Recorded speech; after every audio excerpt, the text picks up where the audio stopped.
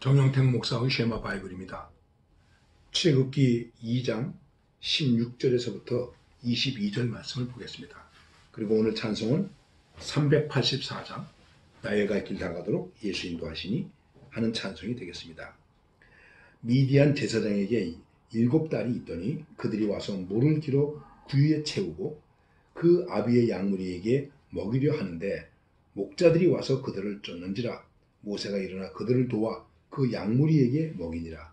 그들이 아비 루엘에게 이를 때에 아비가 가로되 너희가 오늘은 어찌하여 이같이 속히 돌아오느냐. 그들이 가로되 한 애굽 사람이 우리를 목자들의 손에서 건져내고 우리를 위하여 물을 길어 양무리에게 먹였나이다. 아비가 딸들에게 이르되 그 사람이 어디 있느냐. 너희가 어찌하여 그 사람을 버리고 왔느냐. 그를 청하여 음식으로 대접하라 하였더라. 모세가 그와 동거하기를 기뻐하며 그가 그 딸 십보라를 모세에게 주었더니 그가 아들을 낳음에 모세가 그 이름을 게르솜이라 하여 가로되 내가 타국에서 객이 되었음이라 하였더라. 모세가 이집트에서 미디안 광야로 도망왔습니다. 성경은 이렇게 간단하게 기록되어 있지만 그 당시에 그 사막을 지나서 미디안 광야로 온다는 것은 죽음의 길을 통과한 것이나 마찬가지입니다. 그리고 그 미디안에 있는 어떤 우물 곁에 앉았더라 이렇게 말하고 있는데 이제 지치고 지친 놈을 더 이상 어떻게 하지 못하고 그 아마 우물 곁에 쓰러져 있든지 지쳐서 어쨌든 기진맥진한 입장에 있었다 이렇게 이야기할 수 있을 수 있습니다. 그런데 그때 마침 거기에 살고 있는 이제 미디안의 제사장이 있는데 여기 그 이름이 루엘이라고 나와 있습니다. 그런데 미디안의 제사장 이드로라고 우리가 보통 말하고 있죠. 이드로가 딸들이 있었습니다. 7딸이 있는데 그들이 거기 와서 물을 길어가지고 자기 이제 말먹이통, 소먹이통에다가 양먹이통에다 물을 부어서 양들에게 마시려고 하는데 그 다른 목자들이 와가지고 방해한 거예요. 다른 목자들은 아마 남자들이었는지도 모릅니다. 그래서 여자들이니까 좀 깔보고 뺏어가지고 자기들의 양들에게 먼저 물을 먹이려고 그랬는데 모세가 그것을 보고 나와가지고 그들을 일어나서 그들을 도와서 그러니까 다른 양무리들을 쫓아버리고 그리고 물을 길어서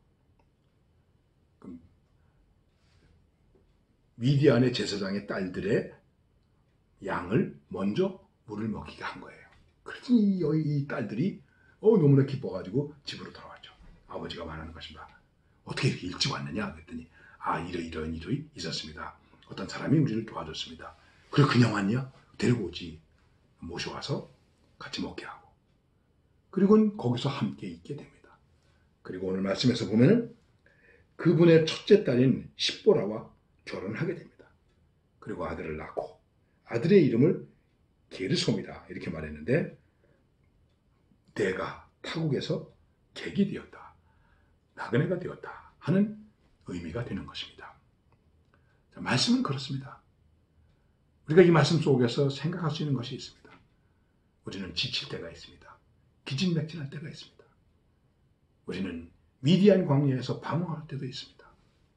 그래도 우리는 무엇으로 살아야 됩니까? 남을 배려하며 도우면서 살아야 됩니다. 이게 하나님의 사람들의 삶의 원칙이에요. 우리는 적이 없는 거예요.